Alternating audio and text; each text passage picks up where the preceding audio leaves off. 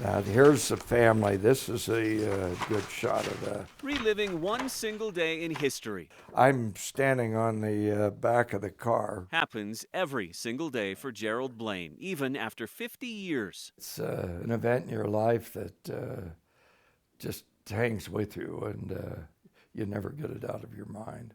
This is Jerry now. This was him half a century ago, right there in that dark suit, standing just a few feet away from President Kennedy as a Secret Service agent on the Kennedy detail whenever JFK turned around. I think that's the back of my head. There was Jerry. President Kennedy was very personable. He knew all of us by name.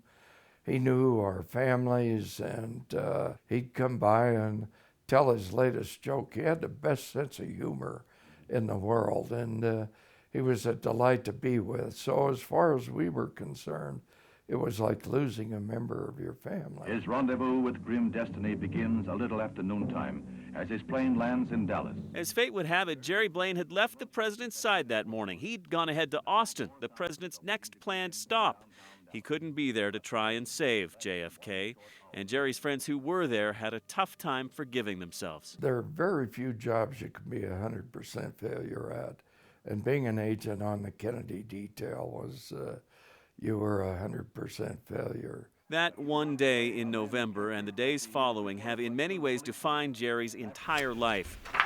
This is a picture of all of the agents. 3 years ago, he wrote a book about what all the agents went through. They were dark days. Just ask his wife. There was nothing said. You know, it was, you didn't know what to say. He didn't know what to say. And you were processing. Could this really have happened? I will do my best. That is all I can do. Immediately after the assassination, Jerry was assigned to protect the new president, Lyndon Johnson. And that's when Jerry himself nearly rewrote history. Listen to this. He was outside Johnson's private residence, standing guard in the middle of the night.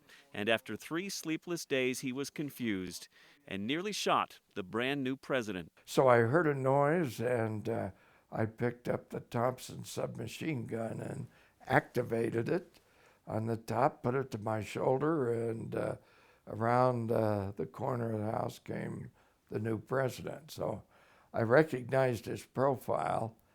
He looked at me, and it was dark, but I swear he turned white. Jerry's 81 years old and he's retired now, and he lives out here in Grand Junction.